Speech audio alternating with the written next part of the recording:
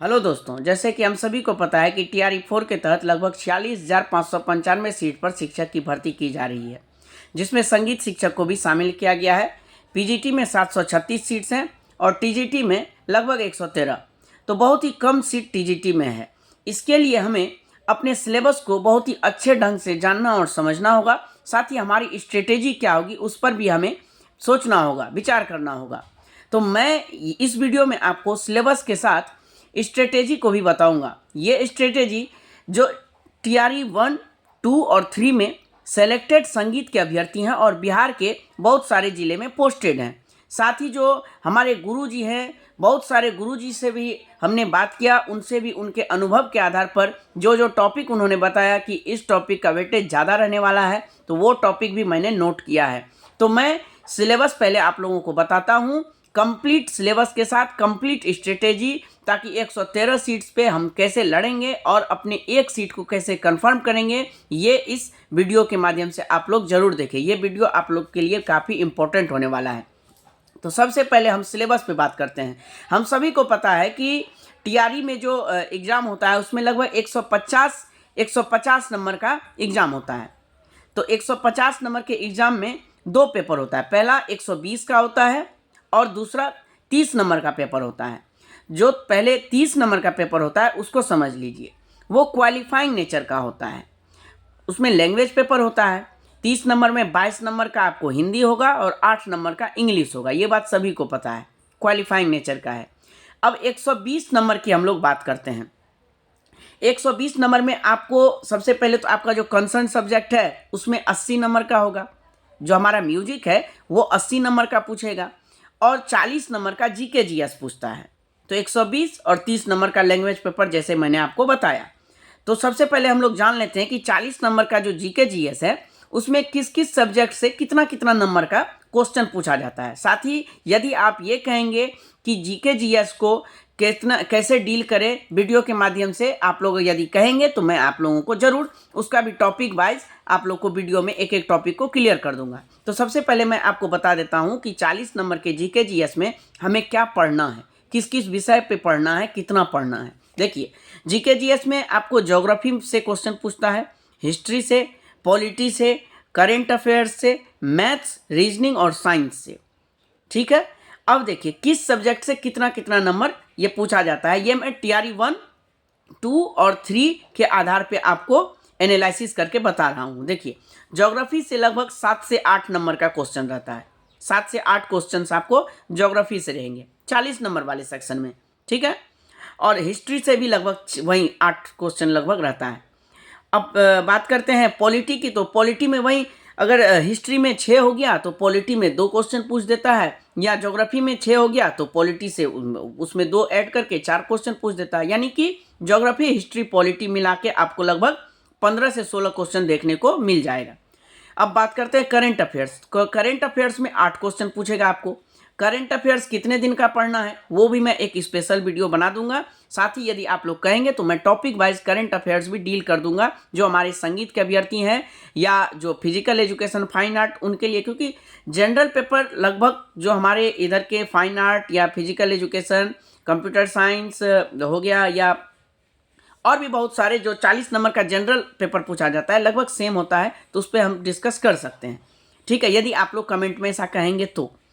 फिर मैथ्स में 8 नंबर का पूछा जाता है और रीजनिंग और साइंस इसमें भी 8 नंबर का पूछा जाता है। तो आपको geography, history, polity, current affairs, maths, reasoning और साइंस, ये 40 नंबर का आपको जनरल पेपर रहेगा। ठीक है।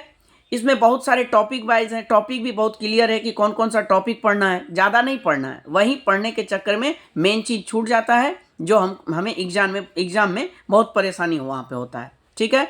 बाद में हम सोचते हैं कि वो पढ़ लेते तो हमारा ये क्वेश्चन बन जाता, इससे हमारा टॉपिक कवर अच्छे से अगर करेंगे तो 40 नंबर हमारा अच्छे से हो जाएगा। मैं आपको एक एक करके जनरल, ये जो जनरल 40 नंबर का है जनरल पेपर, वो भी मैं डिस्कस करूंगा। ठीक है। 40 नंबर का ये हो गया।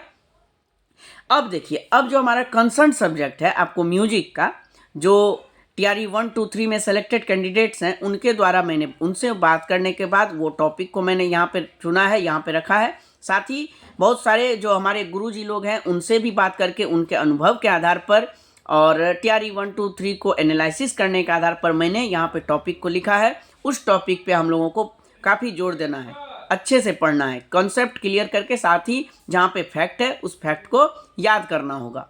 113 सीट से तो हमें तैयारी अच्छी करनी होगी, स्ट्रेटेजी अच्छी बनानी होगी। तो देखिए क्या क्या टॉपिक है, आप देखेंगे कि हमें संगीत के इतिहास को अच्छे से अध्ययन करना होगा। संगीत के इतिहास में जैसे वैदिक काल, रामायण काल, महाभारत काल, ठीक है, उसके बाद आपको भरत काल, और भी बहुत सारे चीज़ उसमें टॉपिक में जो सब टॉपिक्स हैं सभी को अच्छे से अध्ययन करना होगा। दूसरा है कर्नाटक और पाश्चात्य संगीत को, जो कर्नाटकी संगीत है, साथ ही पाश्चात्य संगीत को अच्छे से पढ़ना होगा। एक एक पॉइंट को, एक एक फैक्ट को हमको देखना होगा, कुछ भी हम छोड़ नहीं सकते हैं, ठीक है। टीआरई 1, 2 में जो एनालिसिस के आधार पर इसमें है, वहाँ तो चलिए टीआरई 1, 2 में सीट्स बहुत ज़्यादा थी तो उतना इस चीज़ पर ध्यान नहीं दिया गया, लेकिन टीआरई 3 में सीट्स बहुत कम है तो हमें एक भी पॉइंट छोड़ना ये हमारे लिए नुकसान हो सकता है, ठीक है। अगली बात, घराना हमें अच्छे से पढ़ना होगा, जो वादन का घराना भी और गायन का भी घराना। तो गायन और वादन दोनों के घराने को अच्छे से पढ़ना होगा, घराने की विशेषता, घराना के जो कलाकार हैं इन सभी चीज़ों को पढ़ना होगा, ठीक है। और जो घराना में जो मुख्य कलाकार हैं उनके कौन गुरु हैं, उनका जन्म कहाँ हुआ, कहाँ से वो संबंध रखते हैं, स्थान, सभी कुछ हमें ध्यान से देखना होगा। फिर संगीतकार, जो मुख्य संगीतकार हैं उनके विषय में जानना होगा, ठीक है। ग्रंथ और ग्रंथकार के विषय में जानना होगा, समझना होगा अच्छे से, एक एक चीज़ को हमें जानना होगा। श्रीनिवास जी का कौन सा ग्रंथ है, रामामात्य जी का कौन सा ग्रंथ है, अहोबल जी का कौन सा ग्रंथ है, ठीक है, सारंगदेव जी का कौन सा ग्रंथ है। एक एक ग्रंथ को जानना होगा, समझना होगा, सभी बातें हमें स्पष्ट होनी चाहिए, क्लियर होना चाहिए, ठीक है। और नेक्स्ट देखिए राग रागनी हम छोड़ नहीं सकते। 6 राग 36 रागनी है तो हर एक राग की 6 रागनी हमें याद होनी चाहिए। क्या पता इस बार पूछ ले, रागनी दे दे और बोले कि ये किस राग का है बताइए, तो हमें उस पर भी अच्छे से फोकस करना होगा। एक एक चीज़ में, एक एक टॉपिक में वीडियो के माध्यम से डालूंगा, आप लोग इसके देखेंगे तो बहुत ही कॉन्सेप्ट क्लियर होगा। नोट्स बहुत ही अच्छा बनाया हुआ है, मैंने सभी जो हमारे बड़े भाई लोग जो सेलेक्ट हुए हैं उनसे भी बात करके सभी नोट्स को मैंने क्लियर किया, उन लोगों से भी मैंने नोट्स मंगाया है, तो सभी नोट्स को एक साथ मैंने मिलाकर एक बेहतरीन नोट्स बनाया है। हर एक टॉपिक पे एक भी क्वेश्चन इससे बाहर नहीं जाएगा। अब नेक्स्ट जो टॉपिक है वो है उपनाम का। उपनाम से 1 या 2 क्वेश्चन रहता ही रहता है, स्टेट में भी इस बार पूछा था और टीआरई 1, 2, 3 में हर एक बार ये उपनाम से पूछा जाता है। साथ ही अब इम्पोर्टेंट है बिहार, जो बिहार की लोकगीत है, जो बिहार के घराने हैं, दरभंगा घराना, डुमराव घराना, लखीसराय घराना, सभी घरानों को पढ़ना होगा। आपको पूछेगा कि आमता घराना किससे संबंधित है, तो दरभंगा घराना ही आमता घराना कहा जाता है। उसके मुख्य कलाकार कौन है, उसकी विशेषता क्या है, ये सभी चीज़ हमें ध्यान से पढ़नी होगी, ठीक है। और स्थानीय कलाकार को भी जानना समझना होगा, जैसे शारदा सिन्हा जी, तो इन सब के विषय में हमें विस्तार से समझना होगा। उन्हें कब कौन सा पुरस्कार मिला, ये बात भी इम्पोर्टेंट है। पुरस्कार से संबंधित भी हमें समझना होगा। सांगीतिक सम्मेलन कहाँ कहाँ होता है वो भी जानना होगा। स्वामी हरिदास सम्मेलन कहाँ होता है, ग्वालियर में कौन सा सम्मेलन होता है, मुंबई में कौन सा सम्मेलन होता है, और किस संस्थान की स्थापना किनके द्वारा कब की गई है, कहाँ पर की गई है, उसकी दूसरी शाखा कहाँ पर है, किस ईस्वी में की गई है, विदेश में कौन सी संस्था किनके द्वारा की गई है, ठीक है, ये सब चीज़ हुआ।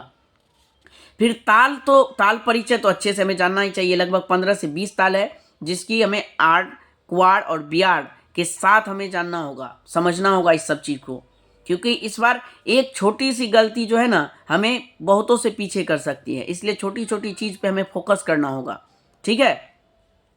राग परिचय हमें समझना होगा। लगभग 35 से 40 राग है, जिसकी आपको एक एक बातें आपको जाननी होगी, वादी से लेके संवादी, जाति, आपको, और वादी, संवादी, जाति, गायन समय, उसके जो राग के संप्रकृति राग, आरोह अवरोह पकड़, उसका स्थाई अंतरा, सभी कुछ हमें जानना होगा। गाना दे देगा, बोलेगा ये किस राग से संबंध रखता है, उसका जैसे लाज रखो हे कृष्ण मुरारी, ये किस राग की बंदिश है, भोपाली, तो इस तरह से हमें समझना होगा।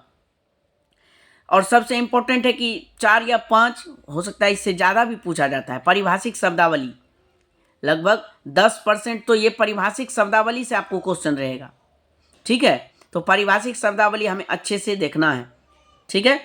उसके बाद वाद्य वर्गीकरण, वाद्य वर्गीकरण के साथ एक एक वाद्य के विषय में हमें जानना समझना होगा। सितार में कितने तार होते हैं, ठीक है। सितार की बहुत सारी पारिभाषिक शब्दावली सिर्फ सितार से है। तबला, दोनों तबला यानी कि दायां और बायां तबला से भी क्वेश्चन बनता है। कितने वर्ण होते हैं, कितने घर होते हैं, कितने छिद्र होते हैं, गट्टा कितने होते हैं, ये सब चीज़ हमें समझना होगा। तबला के घराना के विषय में समझना होगा, पखावज के घराना के विषय में समझना होगा।